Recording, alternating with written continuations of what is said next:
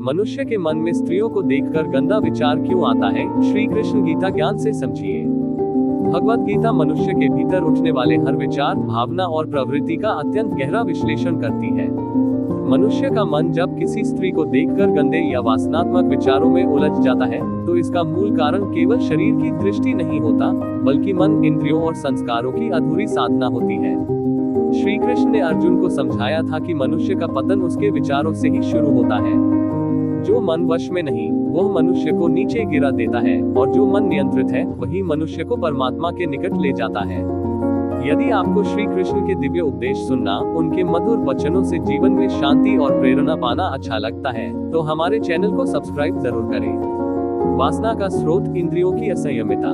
श्री कृष्ण गीता में कहते हैं, इंद्रियाणि मनोबुद्धिरस्याधिष्ठान मुच्यते एतर्विमोहयत्येष ज्ञानमावृत्य देहिनम्। अध्याय 3 श्लोक 40।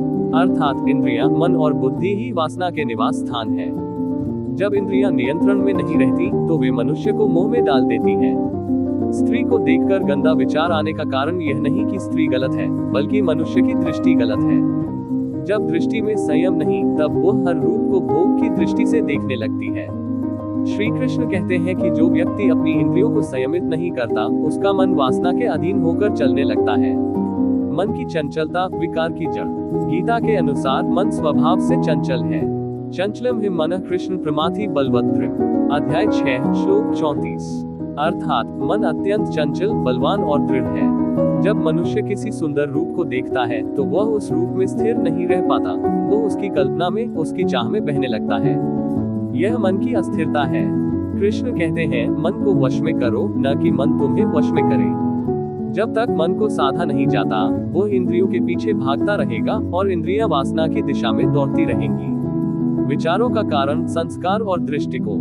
मनुष्य के विचार उसके संस्कारों से बनते हैं। जिस प्रकार के संस्कार बचपन से मन में भरते हैं, जैसे अश्लील दृश्य, गलत संगति या भोग की आदतें, वही आगे जाकर स्त्री या पुरुष के प्रति गलत दृष्टि उत्पन्न करती हैं। गीता कहती है, संगात संजायते कामः। अध्याय 2 श्लोक 62।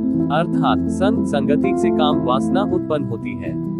यदि व्यक्ति अशुद्ध वातावरण, गलत विचार या अश्लीलता में रहता है, तो मन उसी दिशा में सोचने लगता है। इसलिए श्री कृष्ण सलाह देते हैं कि संगति को पवित्र करो, मन को अच्छे कार्यों में लगाओ और दृष्टि को ईश्वरमय बनाओ। वासना का प्रभाव, पतन का मार्ग। गीता स्पष्ट कहती है, ध्यायतो विषय पुंसः सिंहस्तेषु उपजायते संगात संजायते कामः कामात् क्रोधो विजायते।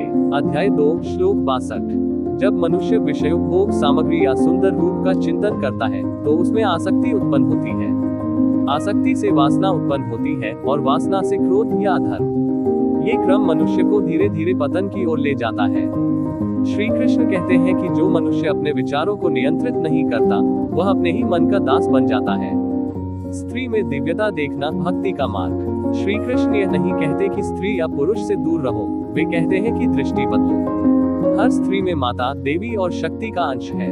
जो व्यक्ति स्त्री में केवल शरीर देखता है, वह अधूरा है, और जो उसमें शक्ति, करुणा और ममता का स्वरूप देखता है, वही ज्ञानी है।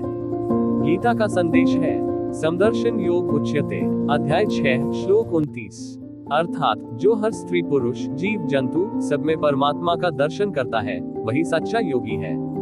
जब दृष्टि सम हो जाती है, तो मन में कोई गंदा विचार नहीं उठता, क्योंकि तब वह आत्मा को देखता है, शरीर को नहीं। संयम और साधना से मुक्ति। मनुष्य को वासना से मुक्त होने के लिए भागने की नहीं, बल्कि संयम की आवश्यकता है। कृष्ण कहते हैं, यततो ह्यपि कौन्तेय पुरुषस्य विपश्चितः इंद्रियाणि प्रमाथीनि हरन्ति प्रसव मनः। अध्याय 2 श्लोक 60। अर्थात ज्ञानी पुरुष भी यदि सतर्क न रहे, तो इंद्रियां उसे भटका देती हैं। इसलिए साधना आवश्यक है, जैसे ध्यान, भक्ति, सत्संग और सेवा। जब मन ईश्वर में लगने लगता है, तब संसार के विषय स्वतः ही फीके लगने लगते हैं। कृष्ण कहते हैं कि जब व्यक्ति आत्मानंद में रमण करता है, तब बाहरी आकर्षण का प्रभाव उस पर नहीं होता। उपाय। गीता के अनुसार मन को शुद्ध करने के मार्ग। 1. सत्संग। अच्छे लोगों की संगति वासनाओं को शांत करती है। 2. स्मरण और ध्यान। हर बार गंदा विचार आए तो मन को ओम नमो भगवते वासुदेवाय में लगाओ। 3. दृष्टि का परिवर्तन। हर स्त्री को माता, बहन या देवी के रूप में देखने का अभ्यास करो। 4. सेवा और करुणा। जब मनुष्य सेवा में लग जाता है, वासना की जगह करुणा जन्म लेती है। 5. सात्विक आहार और जीवन शैली। भोजन, वाणी और व्यवहार का शुद्ध होना भी मन को शुद्ध करता है। स्त्रियों को देखकर गंदा विचार आना कोई स्थायी दोष नहीं, ये केवल मन की अशुद्धता और अभ्यास की कमी है। गीता का मार्ग यही है। मन को शुद्ध करो, दृष्टि को पवित्र करो और ईश्वर में ध्यान लगाओ। जब मनुष्य स्वयं को आत्मा रूप में देखने लगता है, तब वह दूसरों को भी आत्मा रूप में ही देखता है। उस दिन उसके मन में किसी के लिए गंदा विचार नहीं, केवल प्रेम, सम्मान और भक्ति शेष रह जाती है। श्री कृष्ण वचन सार। जो अपने मन को जीत लेता है, वह जगत को जीत लेता है। इंद्रियों का संयम ही सच्चा ब्रह्मचर्य है और मन की पवित्रता ही सच्ची भक्ति।